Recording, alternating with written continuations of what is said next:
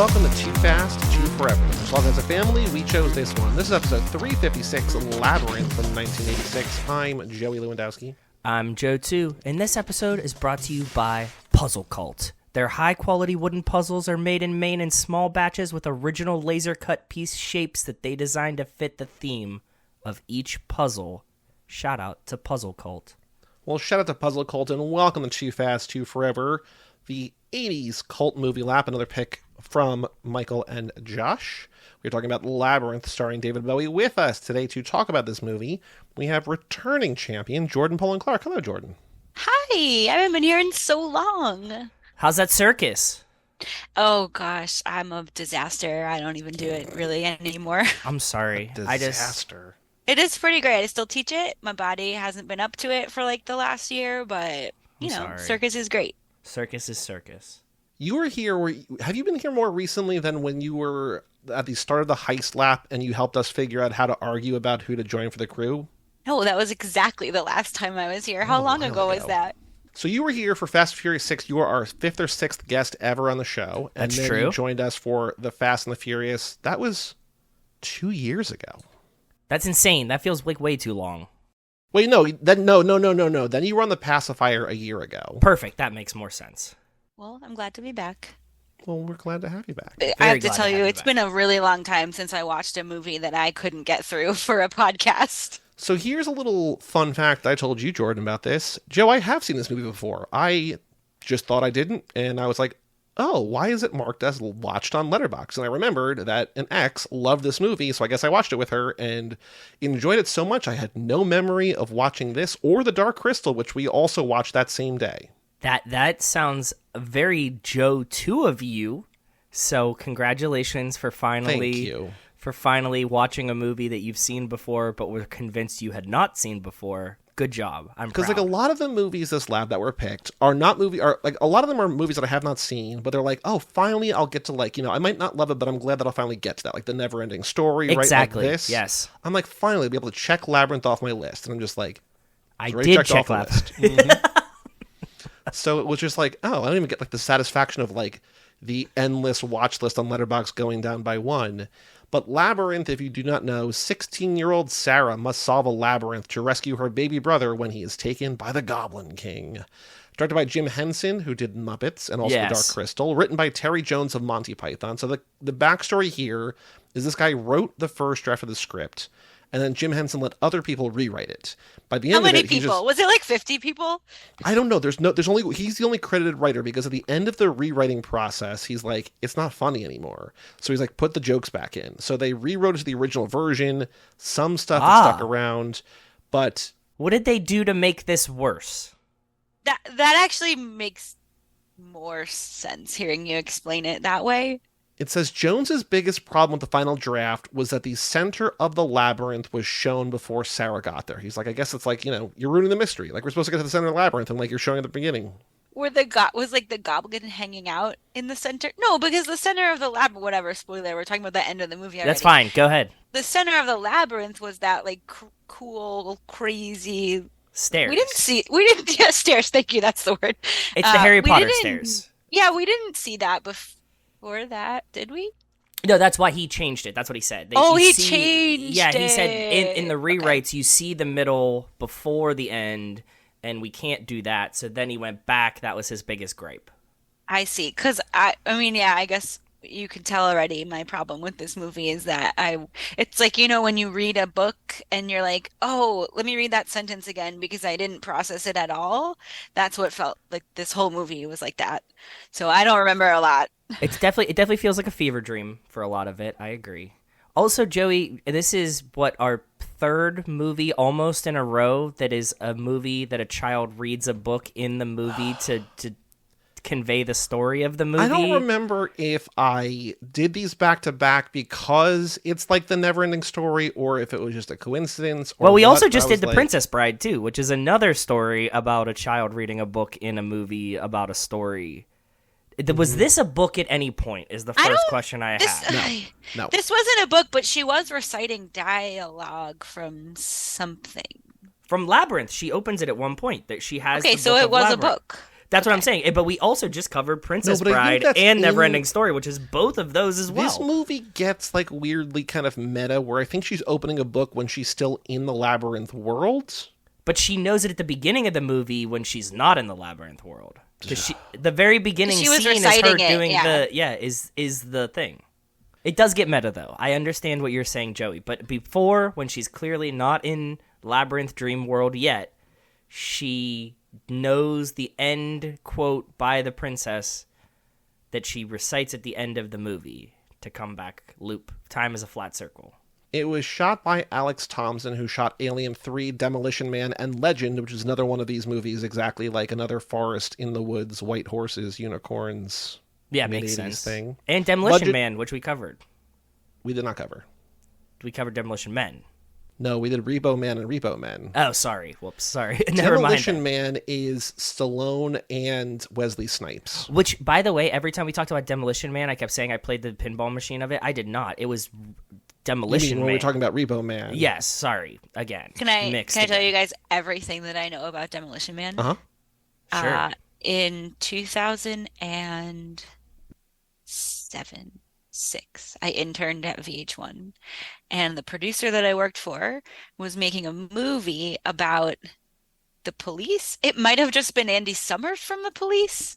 Okay, the Police, the band, not the police. The band. Okay. A very, very, very early Jordan memory of mine is I'm in love with 80s Stuart Copeland. And I had to Google, who is Stuart Copeland? I don't think the movie was about Stuart Copeland. But so I spent like But is that why you fell in love with him, because of that thing? Yes, because I spent a tremendous amount of time watching clips from like MTV spring breaks from the 80s on beta tapes where the police played, and like old music videos. That's very cool. And it was super fun, actually. Yes. The Police or Sting had something to do with Demolition Man, and that's literally all I know about Demolition Man. So what you know about Demolition Man is that Police or Sting had something to do with it. That's all I can think of when you say it. All right. You're it's welcome. good. It's a fun movie. I mean, it's not good, but it's fun. Is Sting in it? I have no idea. Okay. I own it, I think, but that doesn't mean much. I've seen Labyrinth. Couldn't remember that. Budget $25 million, made $34. Rotten Tomatoes 77, 86 by the audience, only a 50 on Metacritic. No crazy credits, unfortunately. Damn it. I have some stuff about puppetry that I put in the notes, but the background of this is that this movie flopped when it came out. Jim Henson got real depressed. He's just like, no one likes no my way. ideas. Really? Is this before or after Muppets? This has to be after Muppets. This is after Muppets. Yeah, that's what I mean. This is 86. This is after Dark Crystal. Like, the Muppets movie is like 79. So, like, the Muppets have been around for a while. I love the Muppets. I think that's part of what's disappointing about this, is because I also love the Muppets, and I want to love this, and I just didn't. I think it's also, like, more... I feel like the Muppets is successful because it's, like, for all ages. This is, like, almost explicitly for kids. Yeah, I kept trying to think, like, this must only... you could make this make sense in your brain if you were a little kid. But then I also kept feeling really glad that I didn't see it when I was little, because I also think it's really scary. I would have been scared. Well, we were talking about this in a couple other movies this lap about, like, would kids today be scared by this? Could you show, not this movie in particular, but like Neverending Story, and it's just like, at a certain point you show kids enough movies like this, you're like, this is just how movies were, and they wouldn't be as scared. But like, there's a lot of like weird puppet shit in the 80s. And we're watching all of those movies this lap. Yeah, we are. Rachel said something that I think sums this up, that she says that she really wishes this was David Bowie singing Jim Henson music. And it doesn't feel like that. And I think that sums it up a lot. Like, if this was like David Bowie doing the Muppet songs, I think it would be a much different experience. And it does not feel like that. I do think it having basically, like, being a David Bowie album is a real point in this movie's favor. Just like, hey, you're going to do David Bowie album out of it. Like, I don't love all of his music, but I'm just like, okay, like, it's cool, I think. But it makes no sense in the context of the movie. And it's really inconsistent in the movie. Like, if you're going to make a movie that's a musical, make the whole thing a musical. Like, there was like 4 David Bowie songs, and like those Flame guys sang a song. Yes, yeah. Those are the ones that are kind of like Animal. Yeah. Yeah, those ones. I remember. But it wasn't like a good musical. It wasn't even like a fun musical. I think the Puppet Guys were like the best song, And whenever David Bowie Yeah, they came in, it were. felt like elevator music, and I was like, Mm. "Oh man, Well, and this I isn't was like." just like, what are you singing about? Like this doesn't go with this movie. Like what's happening? It felt like somebody today was making fun of David Bowie. Oh, okay. That's what those songs sounded like to me. Yeah, like an AI David Bowie songs coming out, something. Yeah, that works. I can see that. So Jim Henson gets depressed.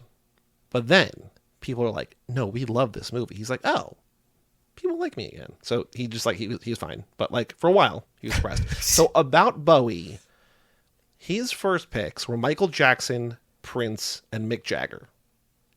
He's like, Jim these are my three. Henson's. Jim Henson's. Okay. He wanted also, his number one pick though, Jordan just mentioned his name, he wanted Sting. That would hit too. I Who mean, a couple well, it years depends. before had just but- done Dune. Yeah. Sting's a big guy Yeah. in the 80s. And then his kids were like, no, Dad, you gotta do Bowie. So it's Jim Henson's kids, the reason why David Bowie's in this movie. Reason why Jim Henson's depressed. Mm-hmm. See?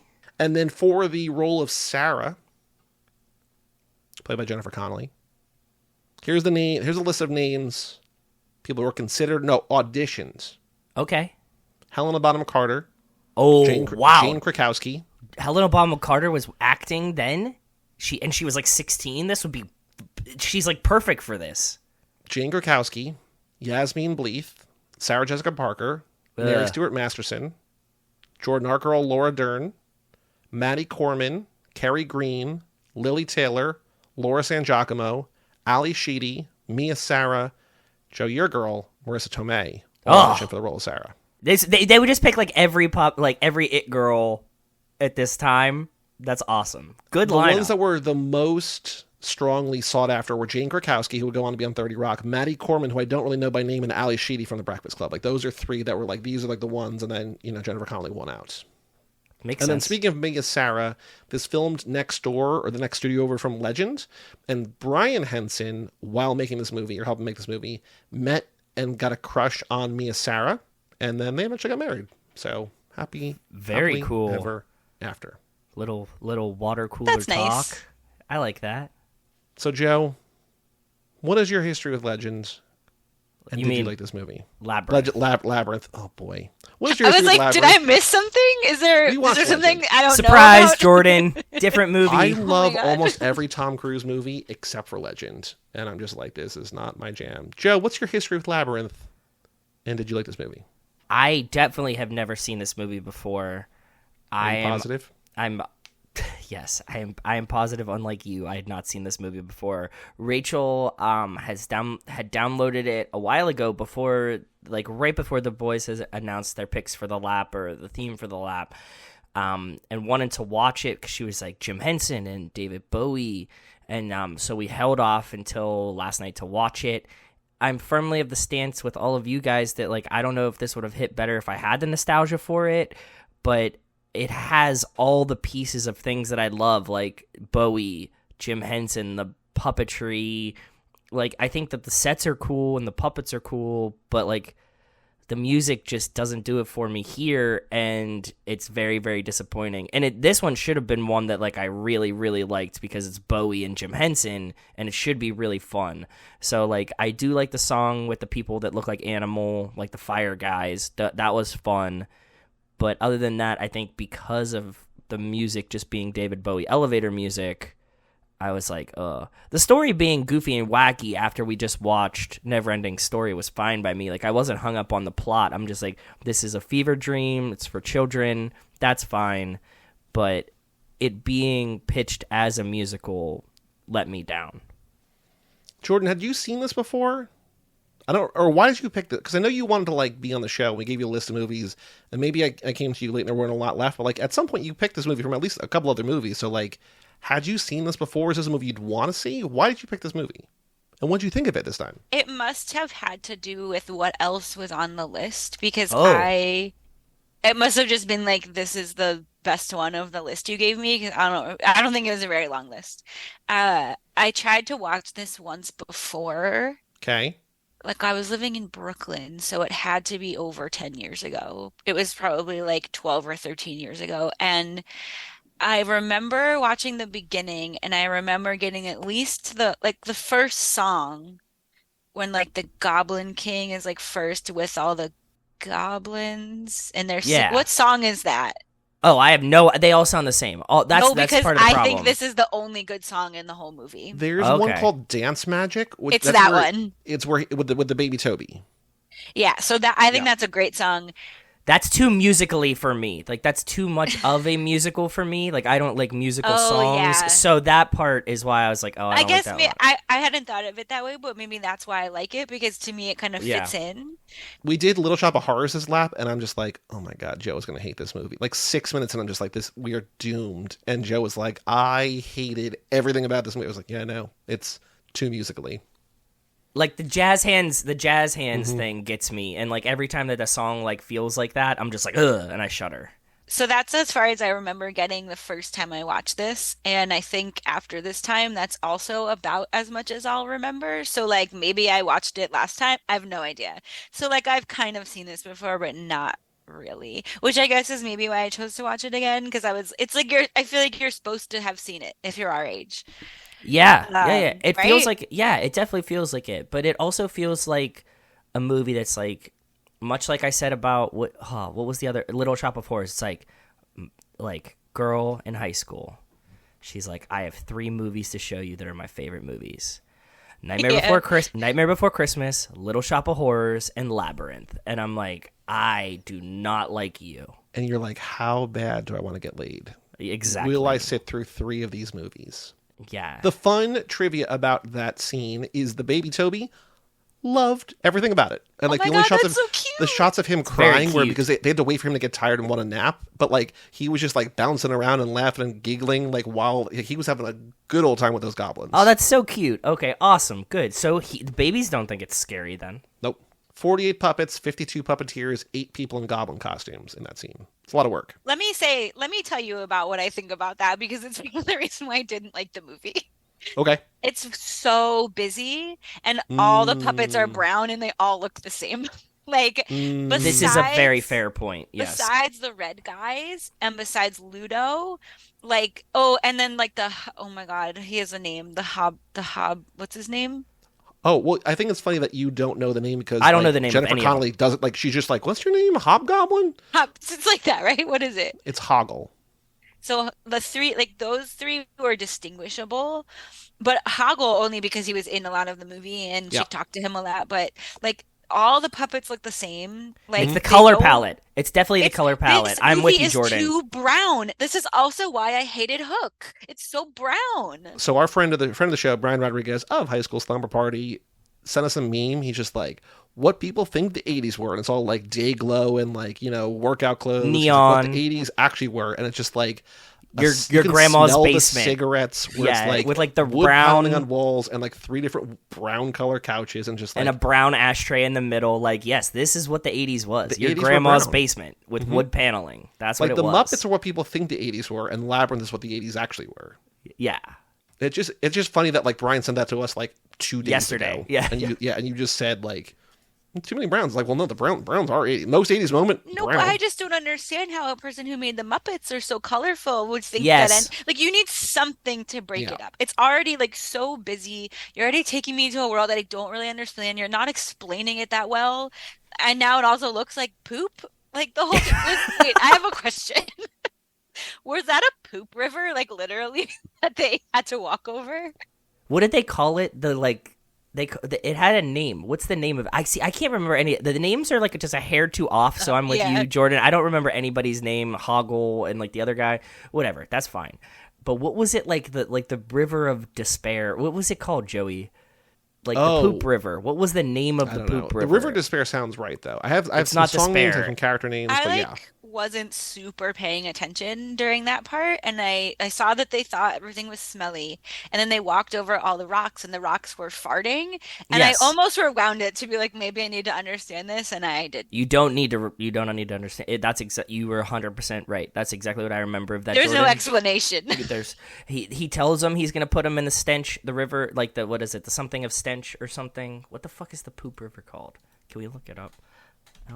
While you look that up though, Jordan, we've been kicking off each conversation this lap with the most 80s moment Too Many Browns is very 80s, but is there something about this movie like, oh my god, that's so 80s? That's the most 80s thing about this movie. That's a good question. Also, yeah, like because you know the Fast and Furious movies pretty well, what would you say in any of the Fast and Furious movies is the most 80s thing about any of them in the franchise? Because some movies are easier to do, some movies are harder. Like Fast 5 is very difficult for us to do. We're still trying to do that in all those. But if you can think about this movie, it also can come back to you. We can just like think about it a little bit later in the episode. But I wonder if you think of anything as like from Fast and Furious as particularly 80s. Bog of Eternal Stench. Bog of Eternal Stench. Oh, yeah. See, that's a good name for it. Yeah. I have to keep thinking about Fast and Furious. From this movie, I feel like it was the Browns, but also like the general vibe that like a bunch of people must have been on coke to think that this made sense. Very fair. But I don't want to think that that's true about the whole list of people that you just gave me. So I do think it's true about the whole list of people Joey just gave us. Because a lot of stuff from the 80s has that vibe, you know? It definitely does. I have two things. So, Joe, do you have one or do you have more than one? I have two. And I think that one might overlap, and I think that one definitely does not overlap. So if you want to go first, go ahead. Well, one I have, which is the thing that keeps popping up, but like part of it is new, which is an angsty teen. I feel like it's just very 80s. Just her like stereotypical, like, I hate my baby brother. But in an 80s She's bedroom. very 80s towards that baby. Yeah. Like in any normal circumstance today, that baby would be I would be scared that baby has shaken baby syndrome. Like you should not leave that child with that angsty teen girl cuz she was about to shake it.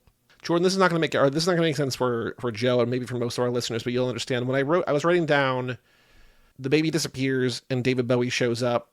And I'm like, this sounds like a new no-no. Bowie's the baby now. We're just like... Sure, yeah. It's like the baby disappears and Bowie shows up in like a different version of this movie. It's just like David Bowie's like, I'm your baby now. Deal with it. It's just like, hold on, wait, what? Like, that's a more interesting movie to me. But I was going to say that would have been a better movie. That would have been very interesting. So an angsty teen in an 80s bedroom. New no-no. But the other one I have is just... everything about Bowie's look, like his feathered hair and very Bowie's pants. hair was one of mine. Yeah. That's the one I thought would overlap. But also like the pants were just like, oh, I'm seeing too much of your body. That's his, yeah. And I also noticed that. And you know, I'm not one to judge. I wouldn't judge anybody's body, but I do think we've largely moved away from men in tight pants in children's movies, and it's still happening here. So the Elvis movie that Mike and I are recording later this evening, which is going to be out by the time you hear this episode, they have like costumes of like, these are too tight fitting for Elvis, and then like they like tried other stuff, they're like, this doesn't look as good, so they just like kept the tight clothes in the movies. But that's the 60s and this is the 80s, you know what I mean? Yeah. So Joe, you have hair, but what's the other one for your most 80s pick? Threatening to leave their dog outside in the rain.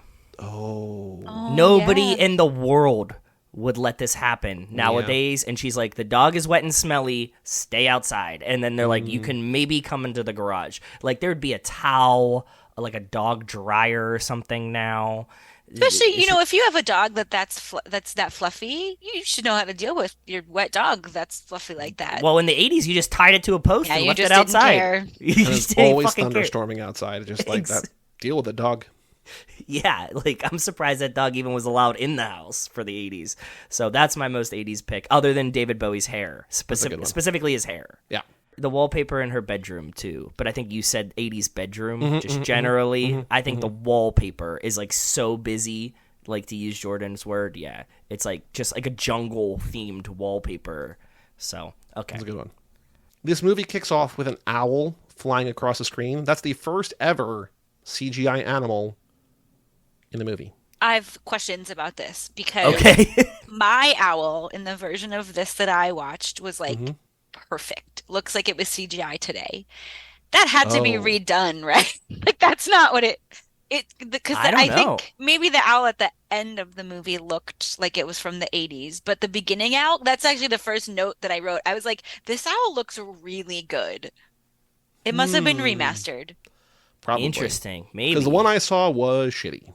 Okay, so yes.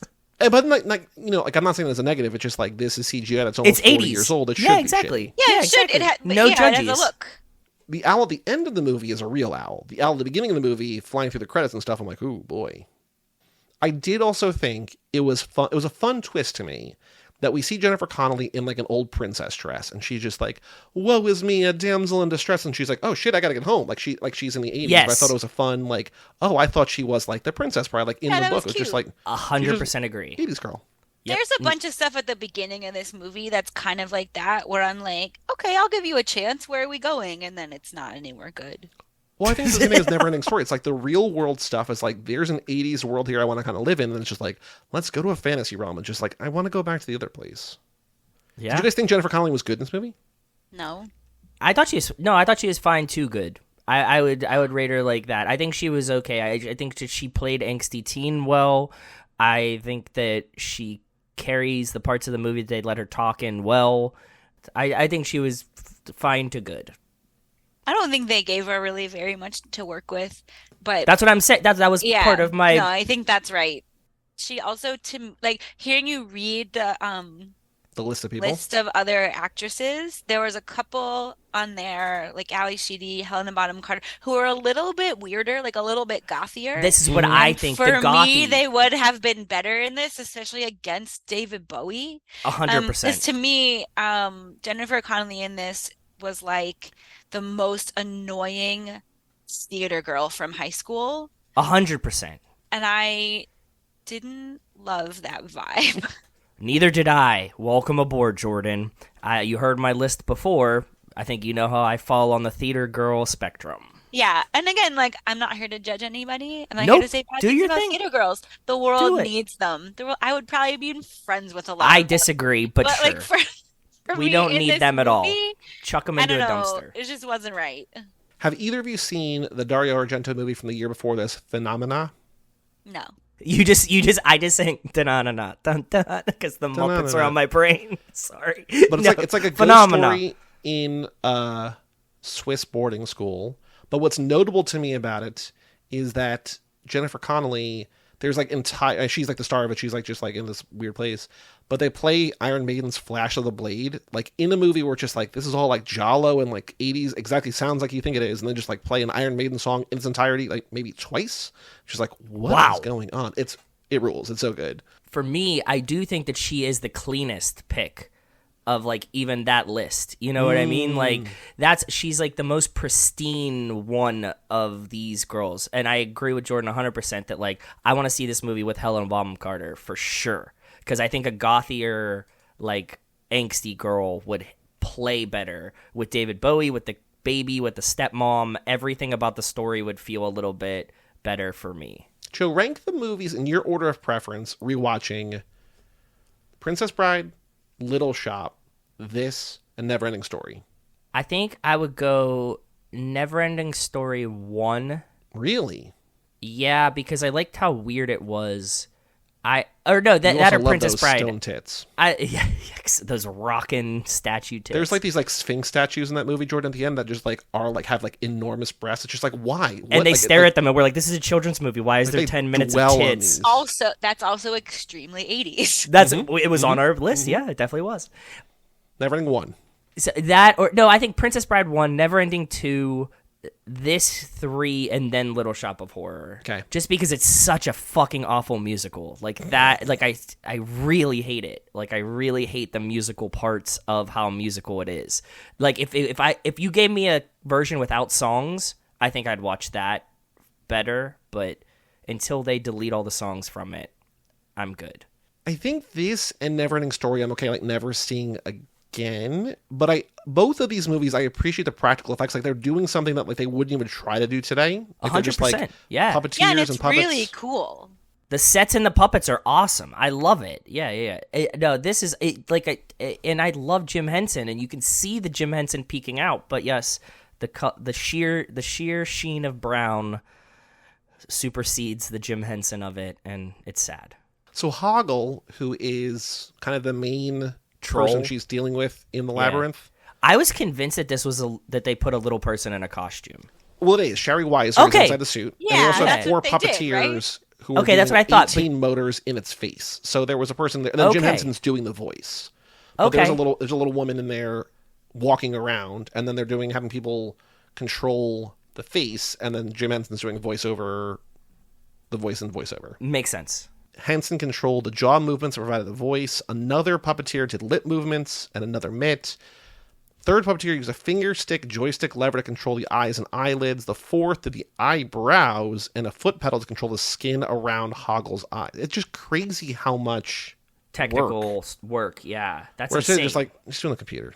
Yeah, but it looks so much better. Yeah, it looks awesome. No, it does, for sure. I love it. The other one is Ludo, who's like the big kind of like... red guy, yeah. Yeah, kind of orangutan, but also like enormous kind of thing. Yes. So the first version of that rig was 100 pounds, and Jim Henson's like, that is way too heavy. So they cut it down to 75 somehow, but that still required 2 people to operate. They're just like, we can't. Like, it's still too big for one person. Could you ever...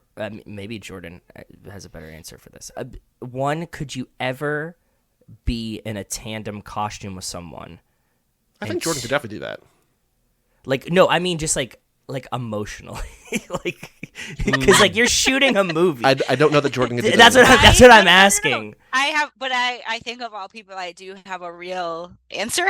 Yes, because you like did the most like physical tandem activity. I've done activities where you extremely have to be coordinated with another person, and I have also been inside a Chuck E. Cheese suit alone. Okay. Good. Oh, I didn't know that. That's a good fun thing we found out. That's very 80s of you. Yeah. So based on those 2 things, yes. Wait, Jordan, would you be interested? The Mets were just looking for a new Mrs. Met. Is that something you would ever do? No. Do you have a gigantic donk ass? Because that's the part of the requirements. What? there was this meme going stacked. around. There was this meme going around. And it's like just everybody being like, Mrs. Met got a fat ass, like kind of like like Mrs. Incredible or whatever. Mm-hmm. Like they were just like on it. Like sports meme was on it for like a year and a half. Sorry. So the Chucky suit was bad because it was made for somebody who was taller than I was, and I couldn't see. But I do think it would be fun on some level to have to work with another human to move a big suit like that. Tell me about like spending 3 weeks in it. Yeah, I don't know. That's the thing is like I would have an asterisk where it's like this would have to be like perfectly fitted. I would need to be able to see. I would need to be able to breathe. We would need like a ton of breaks outside of the suit because like I'm not destroying my body and making myself sick to do this. That's all. But I think it would be a really interesting challenge and really impressive. It would be really cool. I don't think that I could spend more than like I couldn't do 3 seconds of that. Like just like as a human. Like I don't think that and like I'm like you could list any person in the world as my partner. Like it could just, whatever like beautiful person you want to put in the suit with me, and I'd still be like, that's way too close, way too hot, way too confined for me for more than 13 seconds. Okay, new Patreon tier, $250 a month. Joe and I will spend 1 hour per month in a 2-person suit. That we record the episode. To you. Oh my god. Yeah, I would watch that. It's a super kinky... People could write in live and to give you tasks. Mm-hmm. Oh, be like, make a milkshake. Yeah. And you can also let us know who's the front, who's the back. And it can alternate. Yeah. That would be fun. I would always be the back then. That sucks. Why? Because I have assumed that everybody would think that is way funnier. I'd be like, actually, we want to see like things get done, so we got to put Joe in the back where he's just like kicking around, flailing around back there. Exactly. But like a horse, like we get like one of those like horse ones that's like the old school like Halloween costume that like I'm just like the legs and the ass of it and you're just like the front and the horse of it. That'd be so horrible. That's like my fucking worst nightmare. Now I have like as I get older, claustrophobia, like all of these things start to kick in harder and harder the older I get. I couldn't do it. I mean, then let's just say, like, props to the people who did and props to the people who do work like that because we don't see them and it is really hard work and they are really good at it. Thank you, Jordan. That comes right back to my point. Flowers for them. I could not have done this. That was my whole point when I first started thinking about this. Thank you for nailing it for me at the end there. Stuck the landing. There you go. I'm good at that. Yeah. The helping hands scene where she's like in that hole and there's like all the hands, like you want to go up, you want to go down. There were 100 pairs of hands. That was That was so excellent. scary. It was really So cool, but it cool. was so Very scary. That was where I first started to be like, I'm glad I didn't see this when I was little. But I loved it. I loved how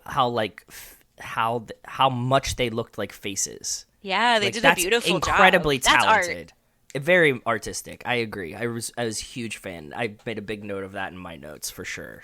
The other like production trivia thing I have is there's the one scene where David Bowie's like sitting on a windowsill and there's like he's got the glass balls in his hands. He's like I have a doing, like, trivia stuff. about the glass balls.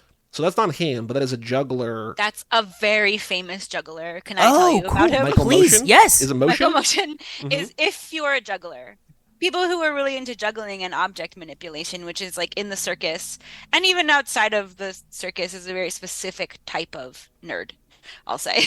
So he's actually a contact juggler, which is like that. I'm going to explain it poorly, but Please. that kind of like, you're putting objects on your body and manipulating them, or you're touching Oh, objects together yeah. and you're manipulating. That's Okay, contact yeah. juggling, which is a different thing than like juggling. Yeah, like 3 things in a row. Yep, I Yeah. gotcha. And so he's just like, I mean, it's not that there's so many famous circus people or famous jugglers, but he's like actually famous. And he has one of my favorite quotes of all time was something that he said, and it literally is on my wall right there, and I am going to walk over and read it to you. Okay. What does it say? Please. I don't know. I can't quote it by heart, so I have to go over here. I have no idea what this is yet. I like to not know for as long as possible because then it tells me the truth instead of me imposing the truth. And that's how That's a good quote. It's how he makes everything that he does, or that's how he approaches it, because that's what he was talking about. And for me as an artist, I don't want to say I'm not a good artist when I was trying to make art, but I've always felt like I didn't know what I was doing. I felt like I was just like, well, I'm going to try this thing. Well, I'm going to try this thing. I didn't have a vision, right? And so as somebody who didn't have a vision for my art, to hear somebody say that, whoa, like it Very changed cool. my life. And it also as a person who has ADHD and who doesn't, I tend to just do stuff and figure it out as I go. I don't have like a grand plan for my life. And so being able to turn to something like that and then see that this person has been really, really successful with that approach, I'm like, no, I'm fine. That's awesome. I do love that. That's super cool. And like a really cool tidbit to like throw in talking about this movie. So thank you for that as well. Yeah. What makes it even more impressive what he was doing to add to his mystique there and his vision of the world is that most of the time that these people are doing puppetry and stuff, they have a camera, like they have a screen that they can see what they're doing. So it's like, oh, the eyebrow was up, like I want to make it bring down or whatever. He was doing all that blind, so he's just like behind him, just like doing stuff and just like amazing, just amazing. Yeah, he's very talented. I didn't know that. That's super cool. I was mad that there wasn't, I don't know, it probably would have been weird if there was more of it, but they really like focused in on these like balls. Yeah, the glass and balls. then they just yeah. like disappeared for a long time, and then they did come back and were important later, but it was like there's a hole in the middle where it was like, what are they now? A peach. Yeah, and then it was a peach, huh? Then it was a peach, yeah.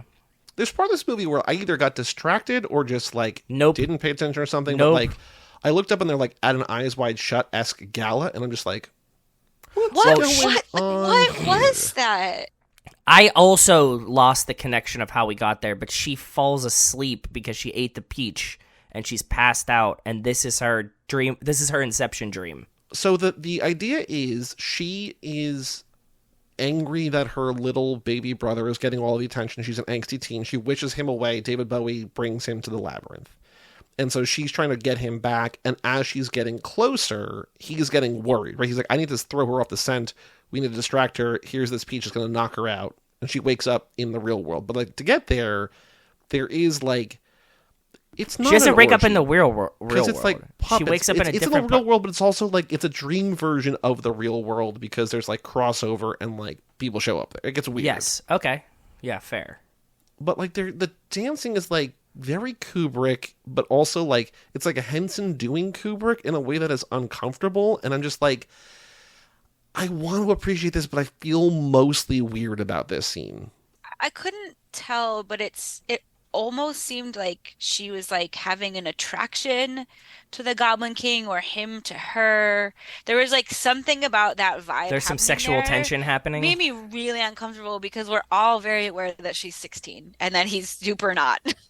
Yes. It definitely makes you feel a way. It gets you. It gives you a feeling. That's for sure. It definitely does. It made me feel. Most of this movie, though, is just like a road movie where she's picking up buddies. It felt like Alice in Wonderland. They even have Alice in Wonderland, the book, in the movie. Oh, they do? Yeah, I mean, Yes. that checks out. Like, they knew what they were doing. Yeah. Apparently, most of like what she runs into in this whole movie, you can see in her bedroom. Like, it's all stuff that's inspired. by the Rachel stuff in her also bedroom. saw that. Yeah. Is Rachel that why there was noticed so much bullshit in her bedroom? Yeah. that. Yeah, But that's also precisely very why. Wizard of Ozzy, right? We're just like, They also have Wizard of Oz in this movie. yeah. But I like that they get to the bridge and he's just like, "You can't cross without permission." And she's like, "Well, can we cross?" And he's like, "Oh, geez, no one's ever asked me before. Like, I guess." And then he just like tags along with them. I'm like, "You don't need to come, man, but like, it's cool that you do, I guess." He's actually like the most useful one Yeah. in a weird way. He's like we think that he's overly self-confident, but then everything keeps going his way. I like this guy. I would be with the lucky guy. I would take him for So sure. they've got at least 4 things. There's Hoggle, who we talked about before. There's Ludo, who we Yes. talked about before. There's Ambrosius, who's the dog. And then there's like the bridge guard thing. And they're all just like, But that's tagging along. that's her dog. That's the I know, but outside he's also dog, now yeah. in the dream Yes. world. Yeah. Oh, I didn't put that together. I was just like, why is there a dog here and why is a fake dog riding the real dog? It's Good her question. dog. Yeah, it is. That's also And very. Isn't Peter Pan like? Doesn't he kind of looks like Is Nana their dog in Peter Pan? Like that's But also Nana, the I same thought kind was of a like. lab, not like Nana a was a big fluffy white dog. fluffy dog. Hold on, I thought Nana was a lab. I haven't seen Peter Pan in forever. Oh no, Nana is not at all. It's kind of neither of our. Well, It's a Saint Bernard. It's a Saint Bernard. Oh, in Peter Pan Live, the Alison Williams one, instant classic, which I also didn't see, but I remember seeing like commercials for. Nana is similar to this kind of dog. Okay, interesting. Good memory. Wow. Okay. No, not good memory. That's a terrible thing to remember. Here's Nana in Peter Pan Live. Over here on the right. Oh, Very yeah, similar. that is, Yeah. I remember that dog. But like this is Nana in Peter Pan. Yes, I remember that Nana. I have a question. Yes. Who would be in this movie today? What pop star? You mean in the David Bowie role? In the David Bowie role? Like, First who of all, would Pete be Davidson is in that? this movie somehow. He would inject himself into this fucking movie somehow. He would be like one of the like guards or like troll voices, something stupid. Pete Davidson would be in this 100%. Harry Styles? Oh, that's a good Oh, yeah, pick. that's a good one. I like that. I think that would be excellent, actually. Because he's a little like, you need someone who's kind of flamboyant. That's what I was Yes. like having. I mean, I don't know that much about now pop stars, but I was like having a really hard time finding a good equivalent. Also, like, I don't know that he sings. I know that his sister sings, but Timothy Chalamet, Timothy. No, I'm done with him. Always. do not I say think- that in front of Joe. Yeah, Sorry. I love Timmy. I'm a big Timmy fan. I think that if you switched it to a female, you could put Gaga in this. Ooh. Oh instead of yeah, that'd Bowie, be I a think good that Goblin would- King. Yeah, I think that would hit really well. I Well, I think think she's like you don't even need to make a female. Like Bowie's kind of androgynous in this. no, and no, Gaga played fair, androgyny, whatever. right? I'm So just saying like, if you like didn't pick a guy is what I was trying to say. who would be would it be like Millie Bobby Brown from Stranger Things? I would do Janelle yeah. Monáe. Because if we're going androgynous. Oh no, I'm talking about now for the Jennifer Connelly yeah, role. yeah. Janelle Monáe's a would good be pick too. Yeah, Who would be the girl? Is there like a girl? Is there like a thing that we know? yeah. Millie Bobby Brown is a really good pick, and she's He's on my too brain. old now, though. But she's like 18 or 19. No, she's too old for Drake now. Like I don't know, like young. I don't know any of the kids. Yeah. I don't either. I really, really don't. It would have to be some like YouTube or TikTok or something that we just don't know. I think that's what it would be.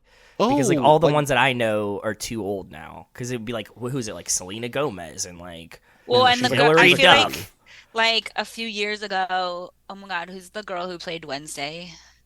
Jenna Yes. Ortega. It would be her, but she's too Yeah. old now. But she's also like 18 or 19 now too. That's a Yeah, I great don't know. pick though. But she's already Wednesday Addams, and this would be a great Wednesday Addams role, right? So like Yeah. that's the whole thing of it. Isabella Merced, who was in Madame Web, but she was also Dora in that live action Dora the Explorer. But I like Jordan's gothy pick. Yeah. That makes sense.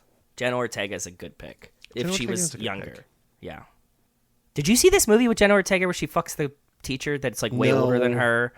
I just see that clip all the time. So who was in that movie with her? Because he came out just like, that's what it's about. Really? It's not weird because that's what it's just like, dude, it's still a little weird. Yeah, Twitter was like up in arms about this movie. Like, have you guys seen this? And I was like, I'm never watching this, but it's very strange. So well, it has like really bad ratings on Letterboxd, and I don't know if that's because it's called Miller's Girl and it's Martin Freeman. I think it's because Twitter is watching it, going like, ugh, gross, and that's why I asked you if you've seen it because I really wanted a real take on it. Oh, Awesome Love Southern loved it. I forgot it was in 2001. He loved it. He's just like, I was hooting and hollering alone in my bedroom. Hooting and hollering. I don't. Swings. Wow. Okay, hooting and hollering at this. The clip that I've seen, I wouldn't hoot and holler at. Yeah. It was like 50 Shades of Grey with like a minor. It was really gross. He says, the whole story is horny, provocative, and so trashy. I was cheering alone in my bedroom over the turns this takes. There's a scene where Jenna Ortega completely tears down Martin Freeman's character and gets pretty damn frightening and intense, and she just fucking destroys him. Then after she leaves the scene, I swear to God, Freeman looks directly into the camera before it cuts. I need to see, like this, I mean... At one point, I will watch Miller's Girl, but... It sounds like it could be. It sounds like it's not this, but, you know, it could have the vibe of, like, a really good, like, trashy Lifetime movie, which I'm fully on board with. It looks like a Tubi movie. It looks like it. From the clip that I've seen that is the creepy clip of it, it feels like one of those, like, ratchet Tubi movies is, like, really what it feels like. So, but Twitter, I'm convinced, has only seen that scene of it, and so, like, all of these ratings must be coming from just them watching that scene, so... I'm unsure. That's why I asked Joey if he's seen it. I've not seen it yet. I like that she enters the MC Escher staircases like that. So she's on the Harry wall Potter. in her bedroom. She's got the MC Escher art. Ah, okay. And so that's also inspires that. Like that's where. But I did think it was super, super weird. Like seeing her walk around is fine. The Harry Potter thing is fine. Seeing a baby do it, I'm like, this is wild. The part where David Bowie is walking and then pops up the other side, incredible. That was fun. Yeah, like I was back on board at this scene because it was it brought me back. It was a fun time. Rachel and I were both like, "Oh, excellent shot!" Like he's like walking under her and he just like whoof, like cape flips up, and we were like, "Excellent, well done, sir." Well, and that's just another like special effects thing that like in the 80s that was like a big deal to do something like that, and it's really cool. Huge respect to that. The only other trivia that I have about this movie is that the last scene where it's just like there's a party, like everyone just shows up in the bedroom and like, hey, we're having a good time or whatever. Yeah, when she's like, you don't need to go away. We don't need to, we need you forever. Yeah. It was much more somber, and I don't think they're there. I think she's like looking at them in the mirror, like they're like with her, but they're not like really with her. And in this, they're just like partying and dancing and whatever. Well, that's like the Jim Henson comes out of it right there. Yeah. Mm-hmm. You have all the Muppets with you partying in your bedroom. Much better ending. It would be way worse if it was just this movie can't have a downer of an ending. It cannot, because it's so brown. Like this girl got her baby brother back, but now she's depressed for life and only has friends in her imagination. Yeah, which is probably the most real ending of this, right? Yeah, maybe. Jordan, you have other notes or thoughts about Labyrinth? The only other note that I have that we didn't talk about yet, which is embarrassing for me, but whatever. I have watched Jermaine Clement's impression of David Bowie more times than I've actually experienced like David Bowie himself. Okay. And so that made watching this like a wild experience because it just sounds like Jermaine Clement doing the impression to me, which I know it's not great for me. I should probably experience more David Bowie than this, but David Bowie's awesome. You should experience more David Bowie. Are you glad that you watched this, Jordan? Or are you like, I didn't need to? Like, I remember when you did the Goonies for Brian, you're like, I didn't need to see this movie. I was good. I was right in having not seen it. That's how I feel about this too. Like, I'm not mad that I watched it, but like, did I gain anything? No. Did I have a good time? Like, not really. Would you rather rewatch this or the Goonies? You said that, and I had to like see if I could remember anything at all about the Goonies. Do the truffle shuffle. I haven't seen that movie either. I kind of remember the beginning and the end of Goonies. I remember there's like Cyndi Lauper sings the Goonies song. Yeah, let me tell you, I would rather watch Goonies because I remember when Cyndi Lauper sang the Goonies song while the Goonies were watching her sing it on TV. I was delighted. And I had like a Okay. joy moment because I was just like, the fuck? Like she's singing a song about them to them, and I had a fun time at that part. And I don't know I don't think I ever had like a fun time like that in this movie. But I don't want to Hmm. watch either of them again. I think the answer to that question is whichever one you saw farther ago and therefore remember less That's about. probably true. It's probably true. Joe, do you have other thoughts or notes about Labyrinth? The worm that she meets at the very beginning was super duper cute, and I would like to see more of the worm that's like, no, not that way. I like the worm. Worm's also big in the news right now as we're recording it this week, because we're recording this a little bit early because Joe's going away for work, but RFK Jr. had a worm in his brain. Oh my God, he did. I read that yesterday. That's right. Doctor's like, you have a dead worm in your brain. He's just like, oh, wow, that's why things are weird. Doesn't that's so we could all just have dead worms in our brains right now. Probably do. Well, we aren't trying to be president, so I don't think that we are. Joe, you're going to say another note, though. Oh, yeah. Oubliette is a great word. Mmm. I love oubliette. That's an excellent word. I learned how to spell it for this, and that enriched my life greatly. I've seen that word in writing in, like, novels and stuff. It's just like a dungeon, right? Like, that's just, like, what she falls into. Yeah. Yeah. And it's just an awesome word. I need to tuck that away. I'm glad that I learned that from a child's movie. Excellent word. And nope, that's all of my notes. Well, let's watch the trailer for this. I'm very concerned about the trailer. This is Labyrinth 1986 official trailer, David Bowie, Jennifer Connelly movie HD, posted by our friends, Rotten Tomatoes. Classic trailers, 1.9 million views, Insane. which is bananas. Insane. Top comment, honestly, they should bring this movie back to theaters. Well, that was 6 years ago, but I'm sure they did because everything in theaters now is just old movies. Are you guys ready to watch? Ready. Yes. 3, 2, 1, play. TriStar Pictures announces the collaboration of three extraordinary talents. Jim Henson, creator of The Muppets. This is a short trailer, Okay. and they're spending so much time not even showing. Okay. George Lucas, creator of the Star They showed all the Wars best saga. parts so far.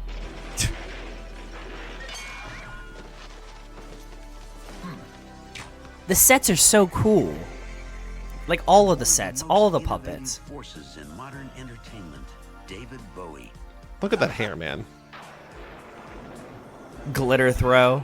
Excellent. Together, they will take you into a dazzling world of fantasy and adventure. There's nothing to be afraid of. A world where anything seems possible, and nothing is what it seems. Oh, they ruined the whole movie. Just like everything cool. You're right. Here we go. And our great shot. Like, what is he singing about here? I'm unsure. Angst. That's sick, though. That title card is sick. Of Labyrinth. It almost looks like Christopher Nolan just took it for Syncope, right? Like that's Labyrinth. He Yeah, it pretty is. much stole that completely. Yeah. He absolutely did. Yeah, like that trailer had every good part. I could have just watched that and been like, wow, cool movie.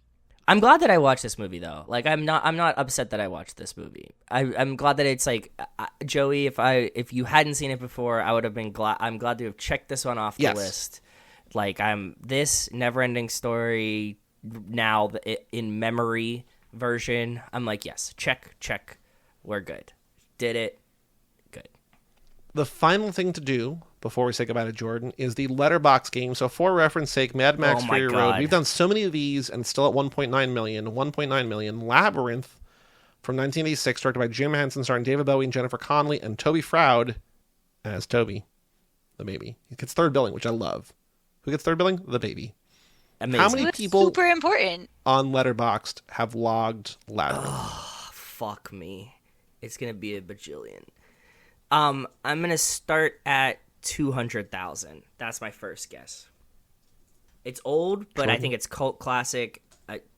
Sorry. I'm trying to help Jordan a little bit. I know you are helping me because I don't know how to gauge this situation. Jordan, have you thought of a most 80s moment in any Fast and Furious movie or no? Oh my God, no. It all feels so 90s to me and not 80s. That's that's fair. fair. Totally understandable. Ah, So yeah, I went 200,000 because I think it's going to be a lot, but I think the general population of Letterboxd users are maybe just a hair younger, so that's why I shaved some off. But I think 200,000 is a really big number, but a good starting point to gauge us where we are. Just say a Okay. number, Jordan. Doesn't have to be. if you're gonna say 200, I'll just say 150. You're both too low. Oh. That's insane. Give me 350,000 people. Jordan? I'll say 600,000. Joe's much closer. It's 375,000. That's a Average rating fucking insane number. of a 3.7, most common a 4, then a 5, then a 3.5, then a 3. How many of those 375,000 people have this in their top 4 favorite films of all time? It's a bonkers number. I'm gonna start 1,200. Okay. I'm gonna say more. Let's say. But it's an old movie. I think my number was really high. And I Jordan, might be, just so you know, when way you're guessing overshooting it. in the hundreds, there's no like tens or ones. It's just like a round number in the hundreds. Yeah, sorry, that's part of it. Yeah, Huh? So you're saying, I said 1,200 Yeah, even see, because it stops Because we're like, it doing doesn't even show- numbers. yeah, because it can't be like Once you go 1250. Like, over they just round. Got it. once you're 1,000, over Got it it, just got it, got rounds. it. Yeah. Okay, so I'm gonna say 3,000. Jordan was right that it was over, but you're still both too low. Jesus fuck. 4,200, and that's my final offer. Then I'll say like 5,100. Joe, I really thought you were going to get it right because it's 12,000. 12,000 people have this in their top No, 4 favorite I would have films. never fucking guessed that. Well, you said 1,200. That's- I'm just like, Oh, you might thought see? Okay, so I'll take partial credit on that first guess then. Thanks. I do think it was like three of us, we don't care about this movie. We don't really get it. I do think it would have been interesting if at least one of us was like a person like that who like loves this and had some kind of attachment to it and could really explain why maybe. We did that last time when we watched Neverending Story with Garrett. So Did it shed because light Joey or and I, no? no, Joey and I were like, we didn't see this as kids or don't remember it. And then Garrett's like, I watched this on a tape that I recorded from Disney Channel over and over and over again, and he was very excited about it, and then also scared about it, and had like all this like childhood context of it. I mean, like, I could see that people would love this with the context of having the nostalgia for it. And, like, I don't hate this movie. I just think that we talked about all the things that should have been better about it, like how fucking brown it is. how brown was it? We're going to go to Yeah. Sam, 07 Okay. Sam, Yes. Labyrinth, starring David Bowie and the tightest leggings ever. That's 4 fair. stars. Okay, yeah, there you go. Despite only 4 stars, Labyrinth is Sam's 4th favorite movie of all time. Okay. I was thrilled that she was the first person I clicked on, Okay. and I was like, all 4 gettable, because I'm not going through 12,000. Is one of these a Fast and the Furious movie? No. Ah, fuck. Okay. 2 are from the 90s, 1 is from the 2010s. Okay. Joe, the one clue from the 2010s, Island Addington's favorite movie of all time. Comes up. Perks of being a wallflower. There we go. Number 2. Perfect. Thank you. Her number 3, so the other 2 are from the 90s. See, this is just perpetuating my thoughts about this movie. If you said that it's like you gotta watch these movies with me this weekend, Perks of Being a Wallflower, Labyrinth, Nightmare Before Christmas, it would all track. I would be like, I am running as far away from this woman as I can. Neither of these, well, one of them I think is kind of in line. The other one, not at all. So one of these 2 is the first film made by a Letterboxd all-star director. Okay. And the other one is the first film in a trilogy. Lord of the Rings. That's not the 90s. Okay. Could have been. It could have been. It wasn't. This trilogy took 17 years to come out. There's like 7 or 9 years between both, like long gaps between both. And it's And not Avatar because there's not a thematically- third Avatar yet. Okay. No, and thematically, it picks up in real time. What? Like a movie takes place in 1995, and then the next Yeah. one's like 2004, and that movie's set in 2004, and then one takes place in 2012 or something. It takes place in 2012. Like it's just like we're I following. can only think of one series that does that. Tell What me. is that series? I'm Please I'm help. sure Please there's help. more than one. The Sunrise series, the Yeah, Before Sunrise, the number one. Before series, Yeah. yeah. Thank you so much, Jordan. Alley-oop. I love it. Thank you. Appreciate you. You're welcome. What's the first film from the 90s by a letterboxed all-star director? Before Sunrise also makes sense in terms of like love and connection. This one does not. This is a weird one. First Okay. film, not at all like these other movies. Is it like We covered it for this podcast. Jackie Brown? Same director, earlier movie. We did not cover Jackie Brown for this podcast. I felt like we did. Nope. Shit. The first one is Reservoir Dogs. Reservoir Dogs. Awesome. Okay. Before Sunrise, Perks, Reservoir Dogs, Labyrinth. That's a weird list. That's a wild ass top That's four. eclectic. Good for that person. See, now I kind of want to hang out with Sam. Like if it's like There- a Reservoir wild, Dogs. That's a real wild card person. Yeah, like I think that you probably are kind of insane, and I kind of want to see how this weekend goes. Now that we're gonna watch Labyrinth and Reservoir Dogs back to back. Cool. Sounds interesting. Super weird. She might tie me up. I don't know. You never know. You never know. Shout out to 07 Sam. Shout out to Josh and Michael for picking this movie and for sponsoring this entire lap. Yes, thank you. Shout out to Jordan for joining us once again. Thank you, Jordan. Yeah, thanks for inviting me. Is there anything you got going on online that you want people to know about or follow you or anything, or you want to remain a mystery? I have an Instagram at JordoPC. I don't Cool. post that much there anymore, but maybe you're interested in my small business and you can find a link to it there. Ooh, what's your small business? I Tell am us an about it. online personal trainer with a very niche specialty. What is your very niche specialty? I train hypermobile people, hypermobile and neurodivergent people, which there's often a big overlap. Really? Yeah, I am both of those things, and so I specialize in training that population of people. Very cool. That's awesome. That's Yeah. very, very cool. Yeah, it's pretty great. So if that's you and you're listening, hit me up. I want to make you feel better. Jordan, you always make us feel better. Thanks. Joe, our next episode is A Life in the Fast Lane, our first deleted scene. Okay. Before then, patrons are going to get a bonus episode of The Keep. Michael Mann's The Keep. yeah.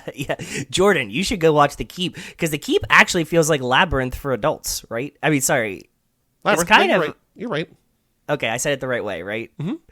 The Keep and Labyrinth are very intricately, like, Yep. in a weird way, they kind of feel the same sort. Like, that's more gray than brown, but it's very similar tonally. I can do gray. I can't do brown. The Keep is a movie that Michael Mann made after he made Thief, and it's set in the 40s, and these Nazis take occupation of this, like, big keep building, and while they're there, they start stealing silver, and the guys are like, don't steal the silver, don't touch things, spirits are going to do bad shit, and then spirits do bad shit. And also, the guy that did all the CGI for it died. 2 weeks after the making the movie, so just like, well, we don't know what he was doing, That's so it's cursed. real weird. Oh, it Yeah, has no. a nice, for a movie that you're telling me is very gray, it has a very bright poster. Yeah, the poster's dope. The poster is really good. And then everybody hated the movie. Michael Mann, the guy that like wrote it, the guy that the book was, everybody hated it. Yep. Afterwards. So. I also want to give a shout out to our patrons, Cassie Wilson, Nick Burris, Alex Ellen, and Justin Clement, Brian Rodriguez of Terramont Tequila, Wes Hampton, Jerry Robinson, Dan the Duke, Hayden, Rana DiDonato, Michael McGann, Lane Middleton, Lindsay Lewandowski, Nate Milton of the Kings of Sport, Jason Rainey, Tom Price, Mike Gallagher, Josh Buckley of Whole Lot of Wolves, Yep. Michael Moser, Christian Larson, Tara Newone, Aaron Willows, and Natalie Absolute, Randy Carter, Josh Goularm, and Jessica Collins, a.k.a. Montez. Thank you all for supporting us at the $5 a month level or above. All of you get a bonus episode of The Keep on Monday, and everyone will get Life in the Fast Lane number 28 in 1 week. But I'm Joey Lewandowski. I'm Joe too. Nope, gotta do the sign. Do I need to do the sign off? People know the sign off. For all things Too Fast, Too Forever, go to cageclub.me, facebook.com/toofast2forever, or at toofast2forever on all the platforms. Email us, family@cageclub.me. We'll read it Do next it. week. Check out our Patreon page at toofast2forever.com and our store at cageclub.me/shop. Also join the Discord. Email us. We'll get you in the Discord. Oh, very true. Yeah. Come back next week for Life in the Fast Lane. Now, I am Joey Lewandowski. I'm Joe, too. And that's Jordan Polan-Clarke, and we will tell you all about it when we see you